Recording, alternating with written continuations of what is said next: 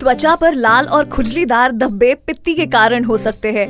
भारत और हमारे शहर उदयपुर के प्रसिद्ध त्वचा रोग विशेषज्ञ द्वारा पित्ती के लक्षणों से त्वरित, सुरक्षित और प्रभावी राहत पाने का तरीका जाने। प्लीज सर, हमें अपने बारे में कुछ बताइए।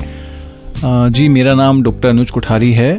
मैं एक स्किन स्पेशलिस्ट हूँ और GVH general hospital medical college में एज एन एसोसिएट प्रोफेसर मैं कार्यरत हूँ। तो डॉक्टर, सबसे पहले तो ये बताइए कि ये पित्ती आर्टिकेरिया जो है ये क्या होता है, कितने प्रकार का होता है और किन कारणों से होता है?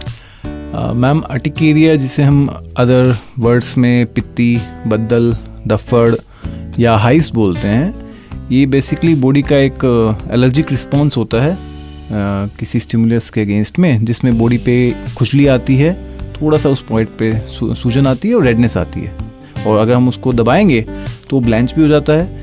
ये जो निशान होते हैं आमतौर पे कुछ मिनट से लेके कुछ घंटे के अंदर ख़त्म भी हो जाते हैं। हार्ट के लिए और डायबिटीज़ के लिए भी हम लोग बहुत सारी दवाइयाँ लेते हैं, तो क्या ये एंटी एलर्जी लेना लंबे समय तक सुरक्षित है? जिन पेशेंट्स को हृदय रोग या मधुमेह रोग है, जिनको बहुत तरह की दवाइयाँ चल रही होती हैं, उनमें बिल्कुल हमें ध्यान रखना पड़ता है, क्योंकि ड्रग एलर्जी भी अपने आप में एक इसका कारण होता है। तो इसमें ये खास ध्यान रखें कि आप किसी भी ओवर द काउंटर ड्रग या किसी के कहने से कोई दवाई लेने से बचें। सेफर एंटी एलर्जी की जो टैबलेट्स हैं वो डेफिनेटली प्रिस्क्राइब कर सकते हैं, और ये वो दवाइयाँ होंगी जो डॉक्टर प्रिस्क्राइब करें, जो आप बाकी दवाइयों के साथ आराम से ले पाएंगे, जिनका कोई ड्रग टू ड्रग इंटरेक्शन नहीं होगा।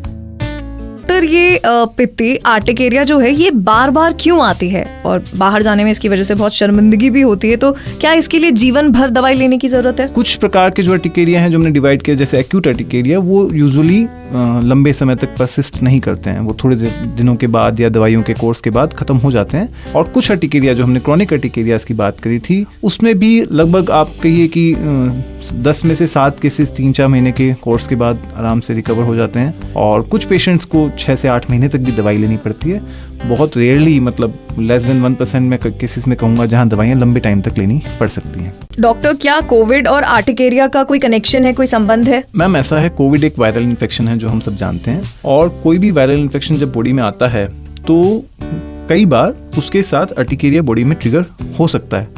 पर आर्टिकेरिया केवल कोविड के कारण नहीं होता है, और ना ही हर कोविड के केस में आर्टिकेरिया होता है। बट चूंकि एक वायरल इलनेस जब बॉडी में ट्रिगर करती है तो कई बार कुछ लोगों में आर्टिकेरिया साथ में आ सकता है। इसके साथ कोई घबराने की जरूरत नहीं है। आपको कोविड है तो आपको हाथ में आर्टिकेरिया आएगा, ऐसा बिल्कुल जरूरी नहीं है, और नियमित दवाइयाँ लेने से, डॉक्टर के परामर्श से इसको हम कंट्रोल कर सकते हैं। ये आर्टिकेरिया या पित्ती जो है, क्या ये कंटेजियस है, एक व्यक्ति से दूसरे व्यक्ति में संक्रामक होता है? नहीं मैम, आर्टिकेरिया कंटेजियस या संक्रामक या छुआछूत का रोग नहीं है। ये आपके इनबिल्ट रिस्पॉन्स है, जो इंडिविजुअल रिस्पॉन्स होता है। पर हाँ, कई बार ये होता है, जैसे कई इंसेक्ट बाइट हुआ है तो कई बार क्या होता है, अगर आप सेम प्रीमाइसिस में एक कीड़े ने दूसरे को भी काटा तो दूसरे को भी हो जाता है, बट उसका मिस इंटरप्रिटेशन इस तरह से आ जाता है कि ये पर्सन से हुआ है, बट जो कोज है वो अपने आप में कई लोगों को एक साथ आर्टिकेरिया कर सकता है। जैसे फूड एलर्जी है, सेम फूड कई लोगों ने खाया तो यस, वहाँ पे सबको आर्टिकेरिया हो सकता है, पर आर्टिकेरिया संक्रामक रोग नहीं है। हाथ फैलाने, छूने, गले मिलने से, साथ में खाना खाने से नहीं फैलता। डॉक्टर, क्या कोविड और आर्टिकेरिया का कोई कनेक्शन है, कोई संबंध है? मैम, ऐसा है, कोविड एक वायरल इन्फेक्शन है जो हम सब जानते हैं,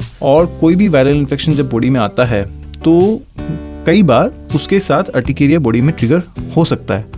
पर आर्टिकेरिया केवल कोविड के कारण नहीं होता है, और ना ही हर कोविड के केस में आर्टिकेरिया होता है। बट चूंकि एक वायरल इलनेस जब बॉडी में ट्रिगर करती है तो कई बार कुछ लोगों में आर्टिकेरिया साथ में आ सकता है। इसके साथ कोई घबराने की जरूरत नहीं है। आपको कोविड है तो आपको हाथ में आर्टिकेरिया आएगा, ऐसा बिल्कुल जरूरी नहीं है, और नियमित दवाइयाँ लेने से, डॉक्टर के परामर्श से इसको हम कंट्रोल कर सकते हैं। ये आर्टिकेरिया या पित्ती जो है, क्या ये कंटेजियस है, एक व्यक्ति से दूसरे व्यक्ति में संक्रामक होता है? नहीं मैम, आर्टिकेरिया कंटेजियस या संक्रामक या छुआछूत का रोग नहीं है। ये आपके इनबिल्ट रिस्पॉन्स है, जो इंडिविजुअल रिस्पॉन्स होता है। पर हाँ, कई बार ये होता है, जैसे कई इंसेक्ट बाइट हुआ है तो कई बार क्या होता है, अगर आप सेम प्रीमाइसिस में एक कीड़े ने दूसरे को भी काटा तो दूसरे को भी हो जाता है, बट उसका मिस इंटरप्रिटेशन इस तरह से आ जाता है कि ये पर्सन से हुआ है, बट जो कोज है वो अपने आप में कई लोगों को एक साथ आर्टिकेरिया कर सकता है। जैसे फूड एलर्जी है, सेम फूड कई लोगों ने खाया तो यस, वहाँ पे सबको आर्टिकेरिया हो सकता है, पर आर्टिकेरिया संक्रामक रोग नहीं है। हाथ फैलाने, छूने, गले मिलने से, साथ में खाना खाने से नहीं फैलता। A public awareness initiative from Dermachem,